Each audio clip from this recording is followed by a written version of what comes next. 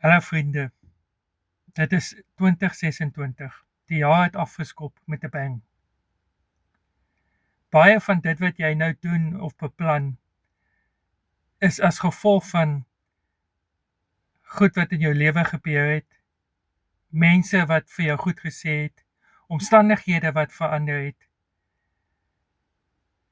dalk goed wat jy in beheer is, maar dalk deur goed wat jy nie in beheer is nie, beïnvloed dit wat jy vandag vorentoe vat. Maar so is stemme, ongeag van waar dit vandaan kom, 'n baie belangrike aspek in ons lewens.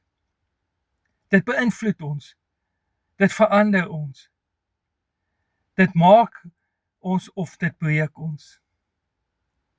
Maar die vraag wat ek aan jou wil vandag vra is, wat se stem ag jy belangrik vandag in jou lewe? Maar dit is die bepalende faktor waarby jy leef. Nou Genesis 3 vers 11 kom God, nadat die mens beïnvloed was deur 'n stem. En hy kom vra vir hulle in Genesis 3 vers 11. Wie het vir julle gesê